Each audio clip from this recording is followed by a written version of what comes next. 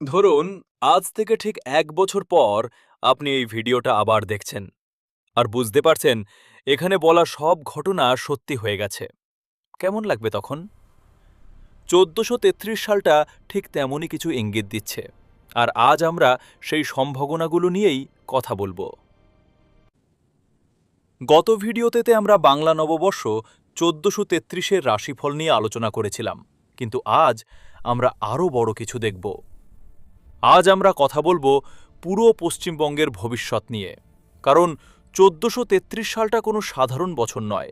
এই সংখ্যাগুলো যোগ করলে দাঁড়ায় ১১, একটি মাস্টার নাম্বার।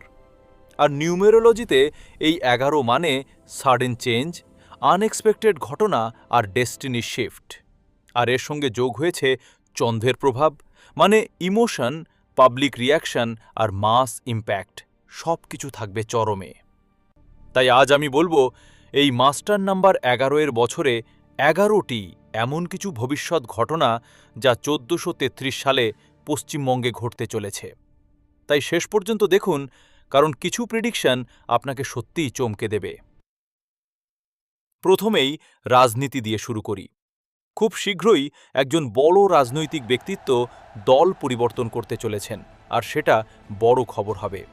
আগামী ১ বছরের মধ্যে পশ্চিমবঙ্গের রাজনীতিতে বড় কোনো কন্ট্রোভার্সি বা স্ক্যান্ডাল বেরোবে, যা চারিদিকে শোরগোল ফেলে দেবে।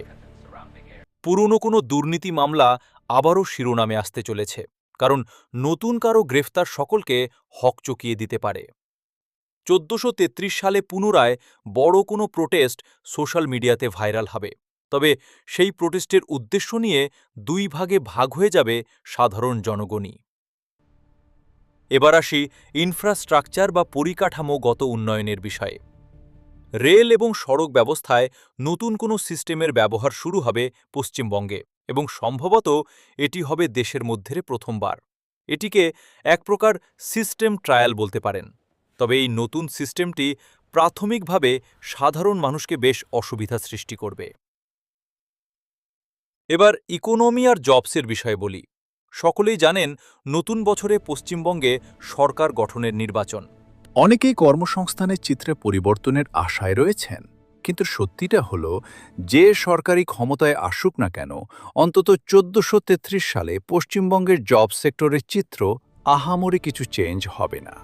তবে জ্যোতিষ অনুযায়ী আইটি সেক্টরে একটা বা দুটো নতুন কোম্পানি কলকাতাতে অফিস খুলতে চলেছে, কিন্তু চাকরি নিয়ে বড় কোনো আপডেট এই বছরে আপাতত নেই। তবে ওয়েস্ট বেঙ্গলের একটা লোকাল স্টার্টআপ ন্যাশনাল লেভেলে হঠাৎ করেই স্পটলাইট পাবে, যা অনেক মানুষকে মোটিভেশন যোগাবে।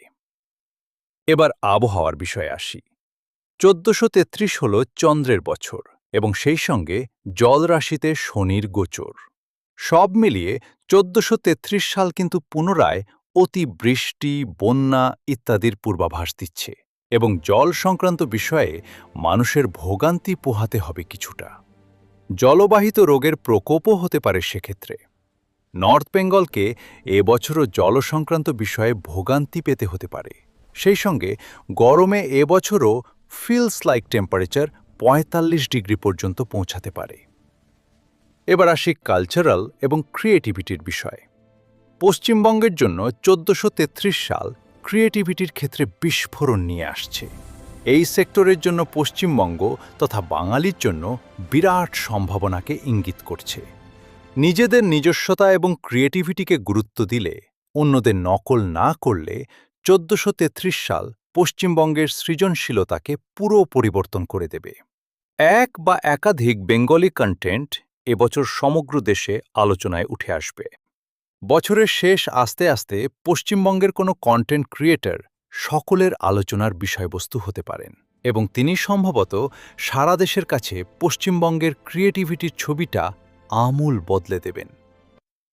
আপনি যদি ইন্ডিপেন্ডেন্ট আর্টিস্ট হন, তাহলে এই বছরটি আপনার জন্য।